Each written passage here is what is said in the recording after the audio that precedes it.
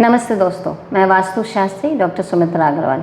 अगर बात करते हैं राखी की तो सबसे पहले राखी में आ जाती है बात भद्रा की। अब हम ये सोचते हैं भद्रा कहाँ से आ जाती है, तो कई दिनों में होते हैं और कई ऐसे पल होते हैं, कई ऐसे एक काल एक पीरियड होता है जिसमें भद्रा रहती है।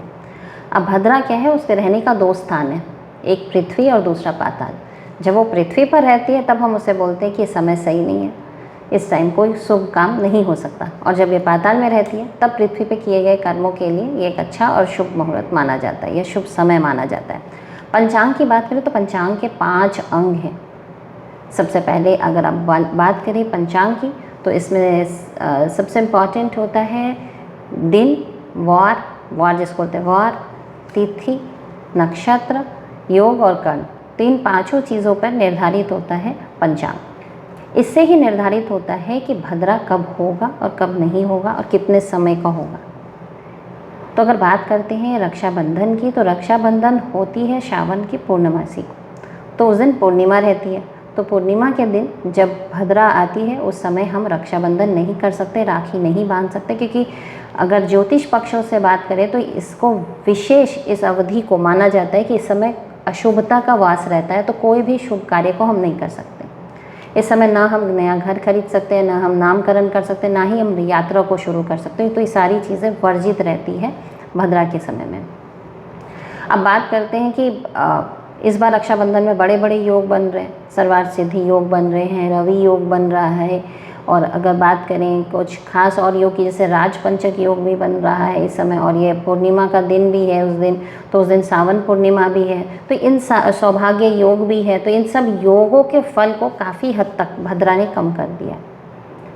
अब बात करेंगे राखी कब बांधें, तो ऑलमोस्ट 1:29 तक दोपहर में 19 तारीख को 1:29 दोपहर तक में भद्रा है, तो 1:32 के बाद से आप राखी बांध सकते हैं।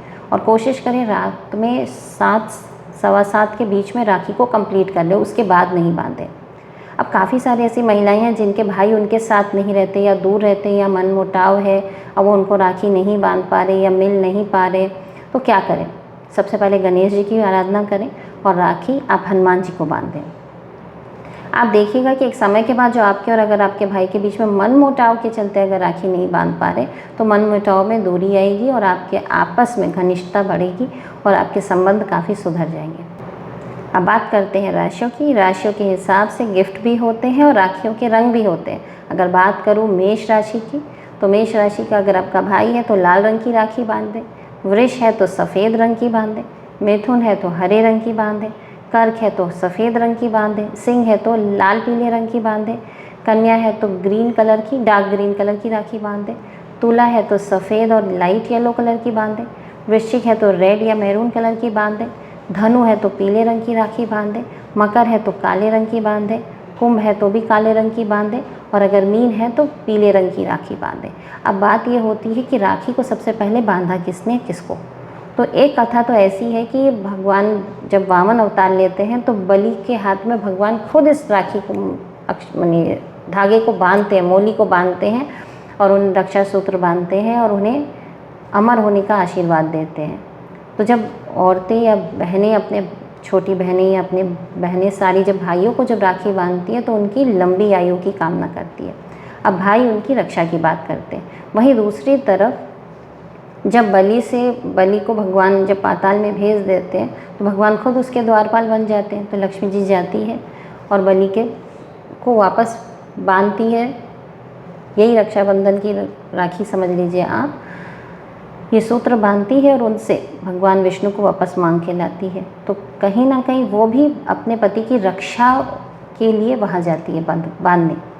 द्रौपदी ने ये बांधा था, श्री कृष्ण भगवान ने जब सुदर्शन चक्र चलाया था तो ये उंगली उनकी कट गई थी, उंगली कट गई थी उनकी। तो उंगली कटने के बाद उन्होंने उसके ऊपर जब ब्लड आ रहा था तो द्रौपदी ने वहाँ पर सूतली जैसे कपड़े से अपने दुपट्टा फाड़कर बांध दिया था।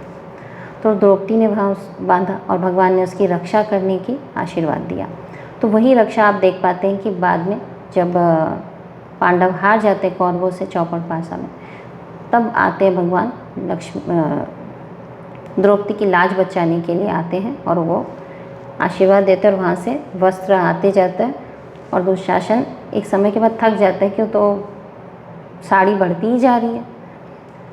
तो वहीं पे भगवान ने उनकी रक्षा की। अब बात होती है कि हम जब राखी बांध रहे होते हैं तो कैसे बांधें। सबसे पहले थाली लें, उसके अंदर आप नारियल रखें, आप वहाँ पे कुछ मीठा रखें, रोली चावल रखें, उसके अलावा वहाँ पर कुछ दिया तो ज़रूर जला दें और वो घी का दिया होना चाहिए। एक नारियल रखेंगे, उस नारियल पे भी तिलक लगाएंगे और उस पे भी 3 राउंड आप मोली का बांधेंगे और 3 बार गांठ लगाएंगे। ये 3 बार राउंड करने से हम 3 देव और 3 बार गांठ बांधने से हम 3 देवियाँ, तो हम इन 6 को साध रहे होते हैं कि वो हमारे जीवन में हमेशा ऑस्पिशियस रिजल्ट्स लाएँ। अब बात होती है जब आप राखी जब बांधते हैं अपने भाई को तो उनके हाथ में खुला हाथ ना रखें, उनके हाथ में थोड़ा सा अक्षत दे दें, थोड़ा सा भाई एक सिक्का रख लेंगे हाथ में। और अगर आपका भाई अगर अनमैरिड गर्ल को अगर आप बांध रहे हैं तो भी दाहिने हाथ में होगा और भाई को बांध रहे हैं तो भी दाहिने हाथ में होगा। अगर आप भाभी को बांध रहे हैं या मैरिड किसी लड़की को बांध रहे हैं तो लेफ़्ट हैंड में होगा, बांधा जाएगा। या अगर आप लुम्बा पहना रहे हैं अपनी भाभी को तो वो भी लेफ़्ट हैंड में होगा। सबसे महत्वपूर्ण बात बोलना चाहूँगी, हम रक्षा की बात कर रहे हैं, गिफ्ट्स आदान प्रदान की बात कर रहे हैं, बहुत फ़न एंजॉयमेंट कर रहे हैं। मैं कलकत्ता से हूँ, खुद मैं एक चिकित्सक हूँ, तो मैं आप सबसे एक अनुरोध ज़रूर करना चाहूँगी। आप अगर अपने भाई को राखी बांध रहे हैं तो उनसे एक आश्वासन ज़रूर लें कि वो महिलाओं का सम्मान करें और उनके प्रति अपनी जिम्मेदारी को समझें, न कि उनके साथ कभी भी कोई भी दुर्व्यवहार करें। और ये बात महिलाओं के लिए भी इम्पॉर्टेंट है कि वो भी पुरुषों को उचित सम्मान दें और कभी उनके साथ दुर्व्यवहार ना करें। हम दोनों लोग एक दूसरे के अगर परस्पर संबंधों को नहीं सुधारेंगे तो कहीं ना कहीं सृष्टि को